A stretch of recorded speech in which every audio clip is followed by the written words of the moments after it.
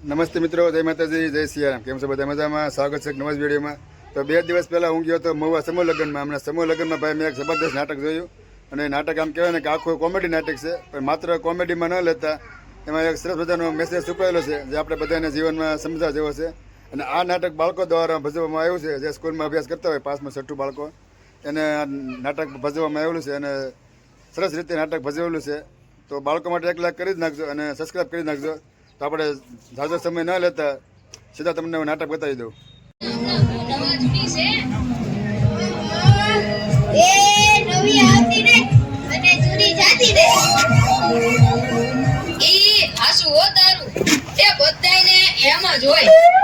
ગઈકાલે મેં મારી પત્નીને ફોન કર્યો કે તને પિયર ગયા 10 દિવસ થઈ ગયા, તું તો મને યાદ જ નથી કરતી.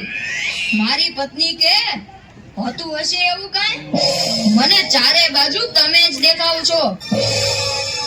તુવેરની દાળમાં, ચોખાના દાણામાં, ઘઉંના લોટમાં.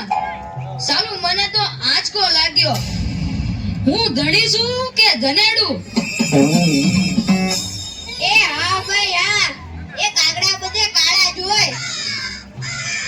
એ તારી વાત એકદમ સાચી હો ભાઈ.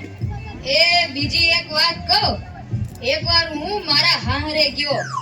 સાસુમાએ 8 દિવસ સુધી પાલકની ભાજી ખવડાવી ને 9મા દિવસે પૂછ્યું, એ જમાઈરા હું બનાવું? પછી તો મેં કહી દીધું, ખેતર બતાવી દો, એ હું જાતે ચરી લઈશ.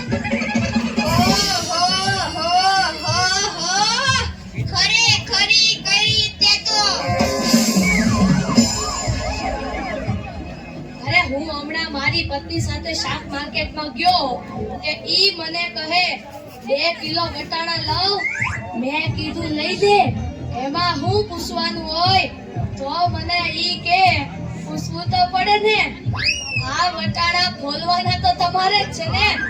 ઓ કરો વાત. અરે બાયોની ક્યાં માંડો છો? આજકાલની પડજાઓ પણ જુઓ ની. મારી ટિંડોળના હાથમાં મોબાઈલ આવ્યો એટલે બસ પતી ગયું, સમજી લ્યો. આપણી સાથે વાત કરતા હોય અને કોકનો ફોન આવે એટલે હાલવા જ મળે. એલા આપણે કાઈ ખેતરના ઉભેલા ઝાડિયા છીએ? એને મન તો આપણે એવા જ હોય. એને તો મોબાઈલ આવ્યો એટલે કરલો દુનિયા મુઠ્ઠી મેં. ધીરુભાઈ અંબાણી જોઈ લ્યો. એમાંય આ જીઓ આવ્યો ત્યારથી છોકરાઓ તો આપણો જીવ લઈ ગયા છે. અરે એનું નામ જીઓ નહીં પણ મરો એવું રાખવું જોઈતું તું. એ મોબાઈલ આવ્યો એટલે કેમેરો ગયો. એ મોબાઈલ આવ્યો એટલે ઘડિયાળ ગઈ. એ મોબાઈલ આવ્યો એટલે બેટરી ગઈ. મોબાઈલ આવ્યો એટલે ટપાલ ગઈ. મોબાઈલ આવ્યો એટલે કોમ્પ્યુટર ગયું. મોબાઈલ આવ્યો એટલે નિરાશ ગઈ. અને એમાં જો આપણો મોબાઈલ આપણી ઘરવાળીના હાથમાં આવ્યો તો આપણે ગયા. યો કરો વાત.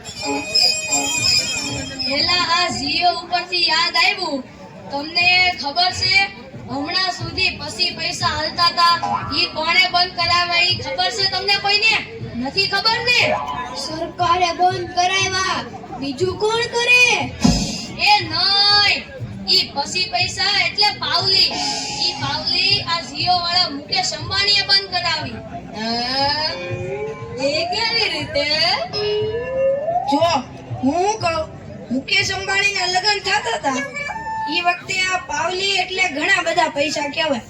તે ગોળ મહારાજ ઘડીએ ને ઘડીએ કીધા કરે, પાણીની ચમચી ભરો ને મૂકો પાવલી. ગણપતિ પૂજન કરાવે ને કે મૂકો પાવલી. એક ફેરો ફરે ને કહે મૂકો પાવલી. બીજો ફેરો ફરે અને કે મૂકો પાવલી. તેલા મુકેશને એટલી ખીચડી કે આખો દેશ મને મુકેશ અંબાણી કહે છે ને આ ગોર મહારાજ મૂકો પાવલી કરે છે. મોટો થઈને આ પાવલી બંધ ન કરાવું તો મારું નામ મુકેશ અંબાણી નહીં. અને જુઓ એને બંધ કરાવી કે નહીં. અને ઈ મોબાઈલ ના કારણે છોકરા કાઈ બગડ્યા છે કાઈ બગડ્યા છે? જાણે મોબાઈલ જ એનો બાપ ને એની માં નો હોય અને આપણા છોકરાની તો વાત જ ના થાય હો. એ વરાસા મોકલો હોય તો તાબીએ જઈને બેઠો હોય, અવેડાના ડાટા કાઢી નાખે એવા હોય. કાલે મેં ઓયલા પહલાને કીધું કે તારો છોકરો પથ્થરના ઘા કરે છે, કોઈને વાગી જશે.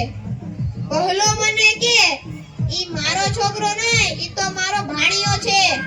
મારો છોકરો તો તારા બૂટમાં પાણી ભરે જો. એ લાટા બાટા શણગાર કરીને સ્કૂલે મોકલો હોય ને ઘરે આવે ત્યારે પલળેલ કાગડા જેવો થઈ ગયો. મારા ટીનિયાને સાહેબે પૂછ્યું કે 15 ફળના નામ બોલ. ટીનિયો કે એક સફરજન, બીજું એક ચીકુ, એક ત્રીજું પપૈયું અને 1 ડઝન કેળા. થઈ ગયા ને 15 ફળ. લ્યો કરો વાત. અરે આપણા છોકરાની વાત મૂકો તડકે, આપણી જ વાત કરો ને. ઘરે છોકરાનો જન્મ થાય એટલે એની માં કે નાક તો મારા જેવું છે, બાપો કે એની આંખો મારા જેવી છે, કાકો કે એના વાળ મારા જેવા છે હો, મામો કે હાસ્ય મારા જેવું છે. એ છોકરો મોટો થઈને જ્યારે ના કરવાનું કરે ત્યારે બધાય કે ખબર નહીં આ હરામખોર કોના જેવો છે. એ લ્યો તોય સૌના ઘરે જાય. આ લોકો તો ન